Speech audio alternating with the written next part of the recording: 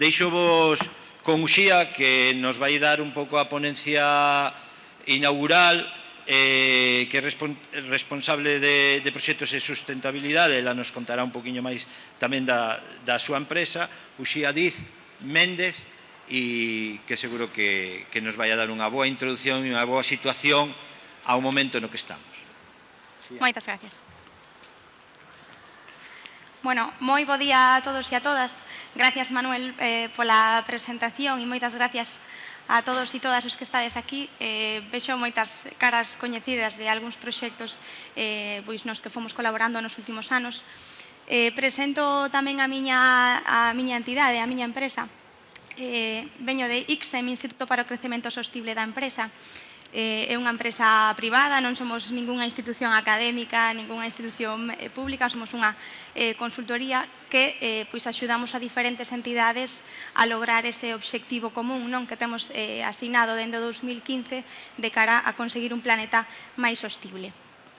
Sempre comezamos este tipo de intervencións falando do poder transformador que temos todos e todas nós como representantes das nosas entidades, sexan públicas, sexan privadas, sexan organizacións sen ánimo de lucro, e incluso tamén como membros da cidadanía, como persoas. Todos e todas nós temos un obxectivo común, que é activar ese poder transformador que todos temos en todo tipo de organizacións para chegar a 2030 cos deberes feitos. Despois veremos máis en detalle que está detrás desta Axenda 2030. Vimos fai escasas semanas de facer formacións a nivel concellos nas 4 provincias galegas de que é isto da Axenda 2030, porque estamos hoxe falando desto, que hai detrás desta asignatura de 2015. E sempre nos gusta poñer en valor un dos obxectivos, que é o último e non por eso menos importante, que é o obxectivo 17, de alianzas para lograr os obxectivos. Este obxectivo é especialmente importante porque está presente en prácticamente todas as accións que levamos a cabo e que fan cumprimento da Axenda 2030. Veredes ao longo da miña breve pero intensa intervención inaugural que calquera das accións que poñamos en marcha sempre son moito máis eficientes e efectivas cando as facemos en colaboración, en alianzas con diferentes persoas, con diferentes entidades de diferentes niveis de goberno. Cando falamos de diferentes entidades, falamos de absolutamente todas as entidades que se vos pasen pola cabeza, sexan entidades sen ánimo de lucro, privadas, entidades públicas, cidadanía. Non nos olvidemos nunca de que cando falemos para conseguir esa fotografía a nivel local, temos que falar con absolutamente todo o mundo. Tamén nestas formacións que acabamos de dar, sempre facíamos fincapé en que cando vos reunades con todos os grupos de interese que teñen que ver coa vosa localidade, non vos esquezades de nadie.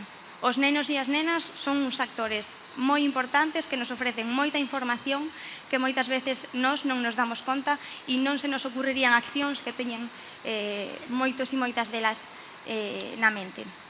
Ben, dende cada un dos nosos postos, aquí estades moitos representantes políticos, moitos técnicos de concello, moitos representantes de empresas e a nivel particular, como cidadáns, todos temos un papel, todos temos poder de facer cumprimento da Axenda 2030 e a min gustaríame, se non todos ou case todos que salades deste tipo de accións, cunha mente un pouco máis amigable con esta Axenda 2030 e que todas as accións que poñamos en marcha de aquí a 2030 e a futuro, moito máis alá do 2030, que poidan ser un pouco máis sostibles. Simplemente fai falta pararse 2-3 minutos en cada unha das accións que organizamos centos e centos de actos e centos de actividades de maneira anual e poder facer delas un pouco máis sostible. Ben, que é isto da Axenda 2030? Nestas formacións que acabamos de dar nos concellos, a técnicos de concellos e a representantes políticos, atopámonos con perfís que sí que é certo que tiñan formación moi profunda sobre a Axenda 2030 e sobre os obxectivos de desenvolvemento sostible, pero tamén nos atopamos con outros perfís que polos postos de traballo ou polas representacións que ostentaban non tiñan formación tan extensa sobre a Xenda 2030. Ben, pois para que todos máis ou menos saibamos de que estamos falando hoxe e que seguiremos falando mañá, que é isto da Xenda 2030. Non é unha asignatura que teñamos a nivel galego, a nivel español, a nivel europeo. É unha asignatura a nivel global que asinaron 193 países, todos os de Nacións Unidas, no ano 2015, e que saiu dun proceso completamente participativo, no que dialogaron diferentes entidades de diferentes niveis de goberno. Nesta asignatura de 2015 hai un aspecto fundamental que é que parte dunha realidade local. Sí que é certo que é unha asignatura a nivel global, pero parte da realidade dos nosos concellos, vale? Parte da realidade incluso das nosas entidades. Todos os ODS inclúen metas e todas as metas inclúen indicadores. En total temos 17 obxectivos de desenvolvemento sostible, que son os famosos 17 ODS, temos 169 metas e diferentes indicadores que nos permiten facer unha medición das accións que levamos a cabo dentro desta estrategia da Xenda 2030.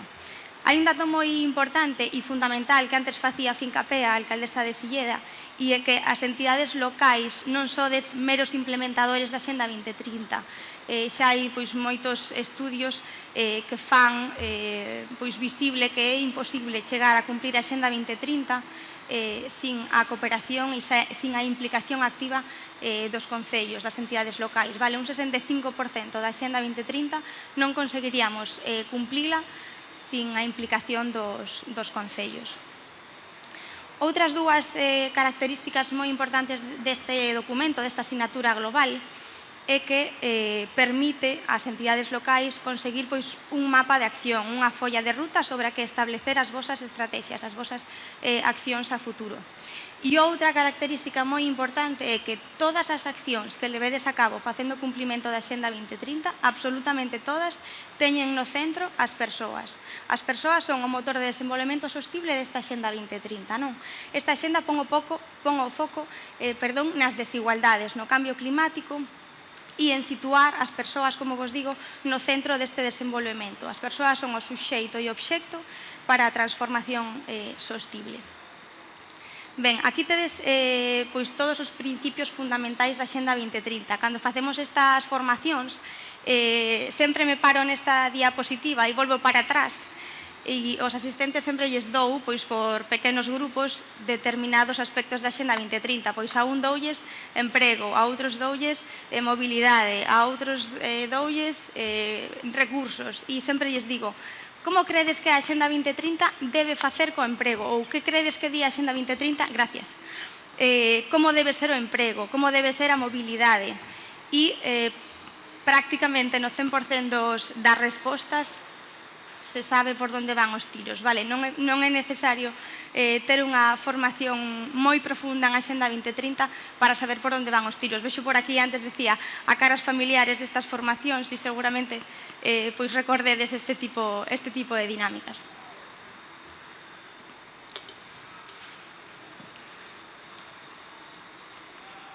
Ben, esta Xenda 2030 asínase a finais de 2015, pero estamos en abril de 2024. Por que estamos hoxe falando desto? Por que seguimos dando formación deste documento que foi asinado en 2015? Se eu vos proxecto o primeiro dos obxectivos de desenvolvemento sostible, que é o fin da pobreza, se pechades os ollos, que imaxe vos ven á cabeza? Eu vos digo, fin da pobreza. En que pensades? Ben, seguramente máis da metade de vos, se tiverades as mans levantadas para falarme, diríadesme África ou países en vías de desenvolvemento. Ben, pois a realidade é que non é necesario sair das nosas fronteiras para ver que hai moitos nenos e nenas que crecen pobres nos países máis ricos do mundo. E a realidade é que seguramente nos vosos bloques de edificios veciños das vosas vilas crecen en condicións que nos, na actualidade, creemos que non son as dignas ou nas que se deberían desenvolver, non? Respecto á igualdade de xénero, fai escasos días vimos o último crime machista e un longo etcétera de ítems nos que debemos traballar moito pola igualdade de xénero, pero a realidade é que en media as mulleres seguimos tendo menor remuneración ca os homes. Unha anécdota que tamén contei nestas últimas formacións a nivel local e é que o 8 de marzo, o día que se celebra o Día da Muller, no descanso do café cos compañeiros pois falábamos de que levábase en Irlanda a referéndum dúas propostas, dúas enmendas pois que pretendían modernizar a Constitución de Irlanda, non? E unha das enmendas, traio aquí a chuleta, unha das enmendas da familia, pois o goberno quería que o Estado puidera recoñecer as unidades familiares como conxuntos de persoas baseados no matrimonio ou noutras relacións duraderas e non só no matrimonio, e outra que propuña eliminar dous artigos da Constitución pois que fan referencia á vida da muller no fogar e aos seus deberes no fogar, e propúñase un novo texto pois que recoñecía o valor da prestación dos coidados do fogar por membros dunha familia e non por unha muller, non? Ben, na actualidade, a Constitución irlandesa expón que polo seu papel dentro do fogar a muller aporta ao Estado un apoio sen o cal non se pode lograr o ben común. O texto da Constitución tamén dispón que as autoridades en consecuencia deben esforzarse por asegurar que as nais non estén obligadas por necesidade económica a traballar fora da casa e a descoidar os seus deberes do fogar. Claro, eu recordo neste café este viernes que me levabas as mans á cabeza dicindo, Dios mío, que no século XXI teñamos que estar votando isto en referéndum. Non, me parecía, non entraba dentro da miña cabeza. Bueno, pois sorpresa a miña que o sábado, na fin de semana, pois vou ver as noticias, vou revisar e resulta que preto dun 70% da poboación, máis de 3.300.000 persoas votaron en contra. Polo tanto, a Constitución irlandesa todavía sigue estando desa maneira. Non fai falta irnos a países en vías de desenvolvemento para ver este tipo de establecementos moi desigualitarios entre homes e mulleres. Ben, de maneira aleatoria seleccionamos algúns ODS para que vexa despois algúns datos interesantes e é que se seguimos co ODS 12, producción e consumo responsables e continuamos con o noso ritmo de vida, chegaremos a 2050 necesitando o equivalente a prácticamente 3 planetas. Bueno, pois moito temos que facer, moitas dinámicas temos que cambiar para conseguir contribuir a este obxectivo de desenvolvemento sostible. E por último, eu recordo non fai moito algún familiar meu dicindo, bueno, esto del cambio climático es cuestión de científicos locos. Bueno, agora todos e todas nós somos máis que conscientes de que o cambio climático é unha realidade e que temos que intentar traballar para combatir as consecuencias do cambio da temperatura, dos cambios das producións e un longo etcétera. Ben, e todos e todas as que estades aquí, que fixestes dende 2015 para facer cumplimento da Axenda 2030? Hai moitos concellos que foron realizando accións con total descoñecemento de que era isto da Axenda 2030 ou incluso sabendo que era a Axenda 2030, pero non facendo cumplimento de maneira específica, sin coñecer que facían cumplimento, o estaban a facer, e moitos outros concellos con formación e concienciados de que hai que facer cumplimento da Axenda 2030 porque é unha necesidade, pois xa foron poñendo en marcha diferentes accións que si fan cumplimento. A Axenda 2030 produciu nas políticas públicas diferentes cambios sustanciais, pois na maneira de traballar, na maneira de dialogar. Fai escasos 10 anos era moi frecuente traballar de maneira departamentalizada, de maneira sectorializada, tanto a nivel institución pública como a nivel empresarial. E agora empezamos a dialogar entre diferentes concellerías, entre diferentes departamentos, entre diferentes seccións temáticas para conseguir un obxectivo común. E isto foi propiciado por este tipo de pactos globais vale, que salientan que nos sexamos quen sexamos, traballemos con quen traballemos, pois persigamos ese obxectivo común de sustentabilidade. E outro dos aspectos fundamentais que trouxo con sí a Axenda 2030 foi os procesos participativos, vale, ter en conta a calquera persoa, a calquera entidade, a calquera institución pública na toma de decisións. No ámbito galego, vos poño aquí algunhas accións, hai un cento delas, pero, bueno, no ámbito galego, unha das accións primeiras postas en marcha pois foi a creación desta Comisión Interdepartamental para o seguimento da Axenda 2030, que pois ten a función basicamente de saber como imos con isto do cumplimento dos obxectivos de desenvolvemento sostible. As funcións desta comisión eran pois saber todas esas iniciativas que se poñen en marcha pois nos diferentes concellos de Galicia e tamén pois a nivel autonómico, estudar todas esas accións e propor novas accións para pois ampliar o impacto desas diferentes iniciativas e tamén instar a outras administracións a que poñan en marcha ese tipo de accións. E por último, e veredes tamén despois pois o seguimento, as fases que hai que pôr en marcha a hora de facer un plan de implementación da Axenda 2030 a nivel local, veredes pois que estas fases son realmente pois análogas ás que deberíamos levar a cabo.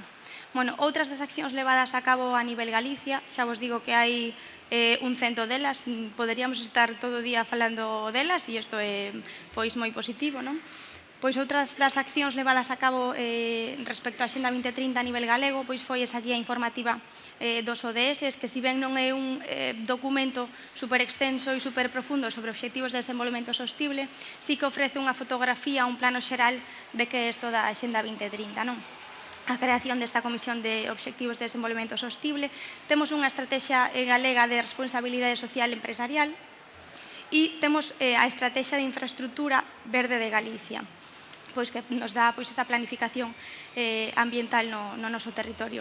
Temos tamén a Estrategia de Inclusión Social de Galicia, moi importante e que moitos concellos tamén están traballando nestes aspectos moi fortemente.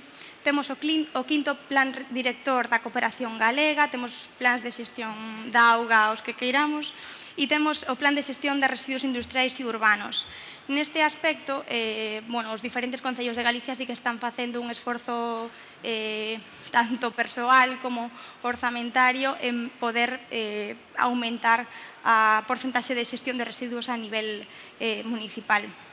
Como vos digo, todos os concellos que estades aquí presentes, estou segura de que sabendo ou non, fixestes cumplimento da Axenda 2030 a través de diferentes accións que puxestes en marcha. Hai moitas organizacións a nivel galego que, como vos decía, si teñen esa formación forte en Axenda 2030 e en planificación, por tanto, pois facendo cumplimento desta Axenda 2030, e outros que non tendo esa formación ou non estando tan concienciados, sí que fostes poñendo en marcha accións de maneira desinformada, pero sí que facendo cumplimento da Axenda 2030. Houve un montón de convocatorias de axuda pois que foron facilitando xa ese camiño, aínda non tendo esa conciencia, non?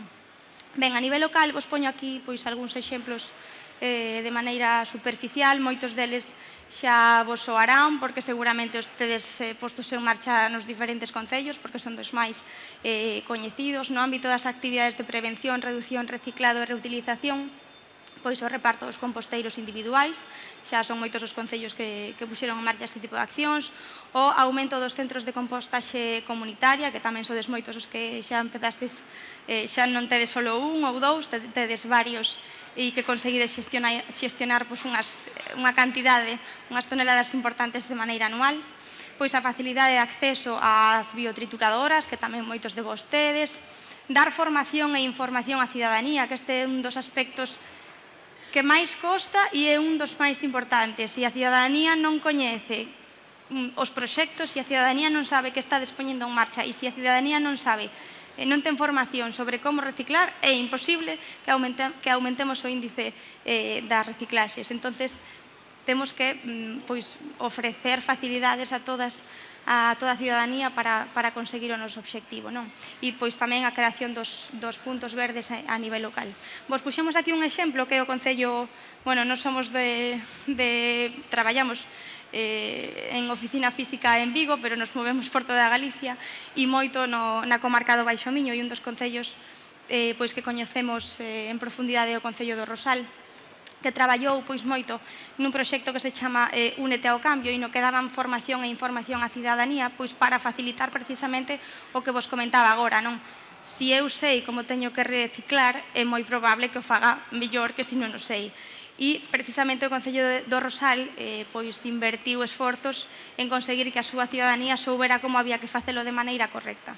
E, bueno, neste proxecto de Únete ao Cambio facilitaron a través da páxina web pois información super sencilla e super clara sobre como había que facer este proceso, non? Si clicades pois na pestaña de recicla, podedes incluso metervos máis en profundidade e pinchando no colector verde pois vos facilitan información sobre que hai que depositar, que non hai que depositar, porque pois xa encontraron certas cousas nas recollidas que non deberán estar aí, cales son os horarios de recollida e, por tanto, cales son os horarios nos que é mellor que deixemos o lixo, etcétera, etcétera. E o mesmo pois con todas esas iconas, non? No colector azul o mesmo, que se pode depositar, que non, horarios, etcétera, etcétera. Ben, outras das accións postas a nivel local foi a reducción do consumo de botellas plásticas e a reducción do consumo de bolsas de plástico. É moi probable que o 80-90% das persoas que estamos aquí vayamos ás compras e xa non dependamos das bolsas plásticas que nos surten nas caixas dos supermercados. É moi probable que xa levemos algunha bolsa de algodón ou reutilizable xeral para levar as compras ás nosas casas, non? Isto fai escasos 8-10 anos non era tan común. Facede memoria, pero vamos, lembro, non son super maior e lembro fai antes donte que non levábamos as bolsas ao supermercado e non las daban na cinta da caixa e agora mesmo, pois non, levamos as bolsas para traer as compras a casa. Ben, no caso do Concello do Nigrán, puxemos, xa vos digo, concellos de maneira aleatoria, non é que nos gusten máis ni menos, seguramente vostedes un montón de accións moi positivas e moi presentables neste aspecto. Pero no caso do Concello do Nigrán, que tamén foi un dos primeiros concellos en obter unha concellería propia de Axenda 2030, dedicada especificamente ao cumprimento dos obxectivos de desenvolvemento sostible, eliminaron todas as botellas de plástico de actos municipais. E vos podo asegurar que o nivel de consumo de botellas de plástico nun concello é enorme. Si multiplicamos ese número de botellas de plástico que eliminamos do Concello de Nigrán por todos os concellos de Galicia, o consumo de plástico é unha barbaridade. E outra das accións que puxo en marcha este concello para reducir o consumo de bolsas plásticas foi facilitar ao pequeno comercio bolsas reutilizables, neste caso de algodón. Ben, respecto a actividades de acción de aforro enerxético, tamén sodes moitos os concellos que traballasteis moi forte nestes aspectos, cambio de luminarias a LED, renovación da flota de vehículos con combustibles non fósiles ou os concellos que vos sumastes á hora do planeta. Como exemplo, temos o Concello de Ames, que xa ten o 100% das luminarias do Concello en tecnoloxía LED, ou o famoso movimento de correos, que seguramente moitos e moitas de vos vistes, esas furgonetas de cor amarela que pon esta furgoneta é verde. Pois realmente, cambiaron unha porcentaxe moi alta da flota de reparto cara a vehículos eléctricos e híbridos. E outra das accións que vos comentaba a hora do planeta, no 23 de marzo deste ano realizouse esta acción a que se sumaron de toda España 522 concellos e no caso de Galicia sumáronse estes 28 que vos reflicto aquí. Ben, este movimento non é máis que apagar as luces de determinados determinados edificios públicos destes diferentes concellos que se sumaron a esta actividade.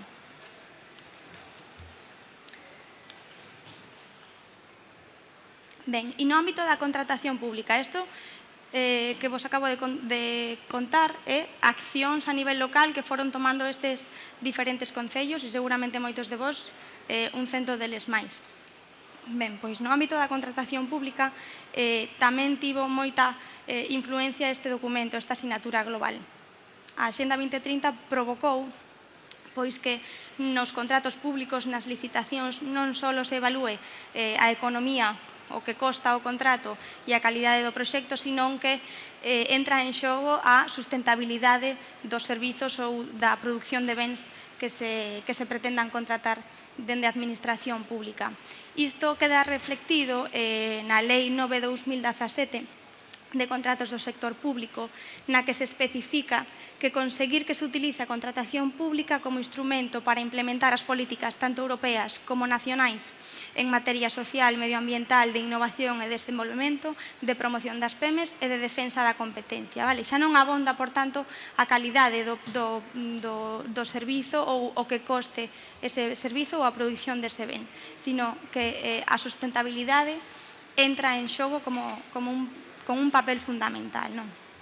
Dende a asignatura da Axenda 2030 en 2015 fomos vendo un montón de licitacións nas que xa se empeza a valorar este tipo de accións. Vos puxen aquí algúns exemplos reais de licitacións nas que xa se foi implementando este aspecto da sustentabilidade. No caso do contrato de suministro de produtos alimentarios para un comedor social, pois víamos que os produtos vexetais empregados nos menús alimentarios deberán ser saudables e producidos de maneira sostible, que se valorará positivamente que estes alimentos sexan de orixe local, orgánicos e de tempada, promovendo así a agricultura sostible e reducindo a pegada ambiental asociada ao transporte dos mesmos. Este tipo de cláusulas cada vez é máis frecuente atopala nos plegos de condicións dos contratos. Outro dos exemplos, neste caso para un contrato de servizo de limpeza dun edificio público, pois nos que se valoraba positivamente o emprego de produtos de limpieza biodegradables e respectuosos co medio ambiente e que ademais requiríase a implementación de medidas para a reducción de residuos, conseguir que os produtos que se empreguen nese servizo de limpeza sean o menos sexan o máis respetuosos co medio ambiente. Outro dos exemplos, neste caso é para o suministro de mobiliario para un edificio público, pois figuraba no prego de condicións que o mobiliario suministrado debe estar fabricado con materiais reciclados ou procedentes de fontes sostibles certificadas, ou incluso que se valoraba que este mobiliario fora producido respecto a uns estándares, a unhas certificacións concretas. Outro exemplo que vos poño neste caso era para o contrato de servicios de apoio para a elaboración da Axenda de Economía Azul Sostible de Galicia. Isto foi unha licitación da Xunta de Galicia na que valorábase que a empresa tivera medidas de conciliación, que estivera certificada como empresa familiarmente responsable, que tivera permitidos os seus traballadores e traballadoras algúns permisos por riba dos establecidos legalmente ou calquera beneficio social para a atención das responsabilidades familiares.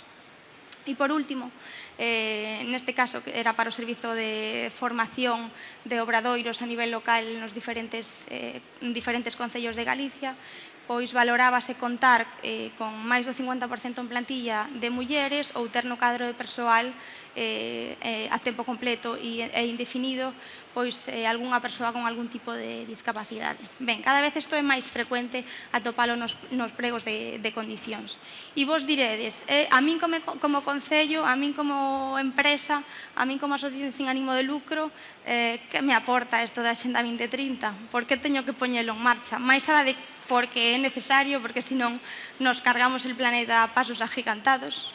pois aliñar as nosas estrategias, as nosas accións, a Axenda 2030 nos permite ter un enfoque moito máis integral de todo o que facemos, non? De planificar todas as nosas accións en tempo e forma. Eu sempre digo que cando temos o planning feito posto sobre un papel, sempre é moito máis fácil leválo a cabo porque temos o como e o cando.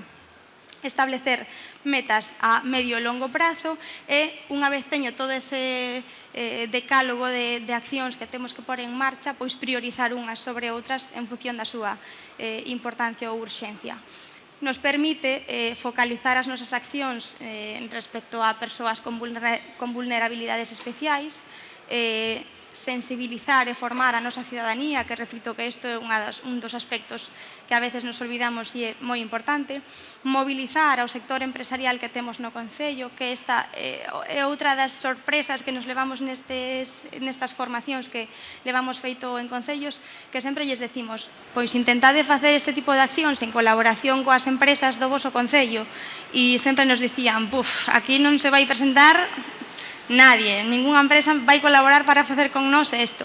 E resulta que cando sacan ese anuncio de colaboración, de necesidade de colaboración do Concello con diferentes empresas, pois sorpresa que aparecen non unha nin dúas, sino que varias empresas implicadas nese tipo de accións, non? E por último, e lóxicamente, un Concello sostible, un Concello que pon en marcha accións que fan cumplimento da Axenda 2030, ten un escaparate moito máis bonito para venderse, non? Pois aumenta e mellora o posicionamento reputacional do Concello. Cando non tedes absolutamente nada feito sobre un plan que faga cumplimento da Axenda 2030 e se accededes a diferentes manuais sobre a Axenda 2030, veredes que hai un sinfín de procesos sobre os que acadar este plan que dé cumplimento á Axenda. Nos aquí facilitamos un que é super básico e super fácil de implementar, digo fácil, pero que hai moito traballo por detrás que facer, que se basa nestas 4 fases, non? A primeira das fases é informar a toda a cidadanía de que imos facer e por que estamos facendo isto, por que é necesario que o Concello ou entidade X poña en marcha esta acción. Ofrecer formación e tamén decía antes a alcaldesa de Silleda, pois ver os exemplos de outros concellos do que se está poñendo en marcha. Moitas veces danos moitas ideas que de maneira illada non se nos ocurrirían, non? E, por último, establecer alianzas, que era co que iniciaba a miña intervención. Hai moitas das accións que son moito máis eficientes e moito máis eficaces cando establecemos colaboración con diferentes actores. Nunha segunda fase, debemos reunir a todos estes actores a nivel local para que nos ofrezcan unha fotografía o máis real posible da nosa localidade, do noso concello. Unha vez obteño esa fotografía, teño que planificar que accións vou poñer en marcha, non? Teño que definir un plan, definir unhas accións e un cronograma para poñer en marcha esas accións. E o mesmo que na fase 2, teño que ter en conta a todos os actores que tiven antes que reunir para identificar cales son as necesidades e as accións que teño que pôr en marcha para facer cumplimento da Axenda. E, por último, unha vez teño todo ese decálogo de accións, teño que facer seguimento. Unha vez poño en marcha as accións, teño que ver que impacto tiveron no territorio, vale? Teño que medir cal foi ese impacto para saber se a repito, se non a repito, se dou continuidade ou non, etc. Ben, e xa rematando, collín 4 elementos principais que se van falar neste congreso ao longo da mañá e tamén mañá. Respecto ao ciclo da auga, collimos algúns dos datos que hai publicados, non? E é que a proporción de persoas en Galicia que reciben suministro de auga con cobertura do sistema nacional, xa estamos nuns niveles bastante altos. Sí que é certo que estamos un pouco por debaixo da media española, pero o dato non é negativo, non? E respecto á xestión e saneamento de augas, tanto para consumo como para augas de baño, xa estamos dende 2016 no 100%. Respecto ao aforro enerxético, en Galicia somos fortes productores de enerxía eléctrica a partir de enerxías renovables. Como vedes, estamos moi por riba da media española. E respecto á xestión dos residuos, sí que é certo que estamos moi por debaixo da media española, incluso a media española está moi por debaixo do que nos gustaría estar, pero tamén é certo que dende os diferentes concellos de Galicia estáse facendo unha aposta e un esforzo enorme por conseguir que a xestión dos residuos a nivel municipal pois mellore considerablemente. De feito, vexo aquí a moitos concellos que o orzamento que están destinando a este tipo de accións pois é importante, vaya. E respecto á mobilidade urbana, nada, non é un dato moi salientable, porque tampouco temos datos super actualizados, pero bueno, a proporción de persoas que teñen na súa vivenda pois, ruidos do exterior é bastante baixa. E xa por último, prácticamente o 100% da poboación dispón dun plan xeral de planeamento, digamos, urbanístico a nivel local. E xa para rematar, remato por donde empecéi. Son super fiel e super crente de que todos os concellos que estades aquí estades implicados na Axenda 2030 porque é necesario. Vale, non é porque es que queda bonito e é un escaparate fabuloso para vender o meu concello. Non, é necesario facer cumprimento da Axenda 2030 e é unha alegría poder contar con congresos como estes nas que 130 persoas son representantes de administracións locais. Entón, nada máis, moitísimas gracias polo convite, moitísimas gracias pola atención e agardamos vernos noutros actos. Gracias.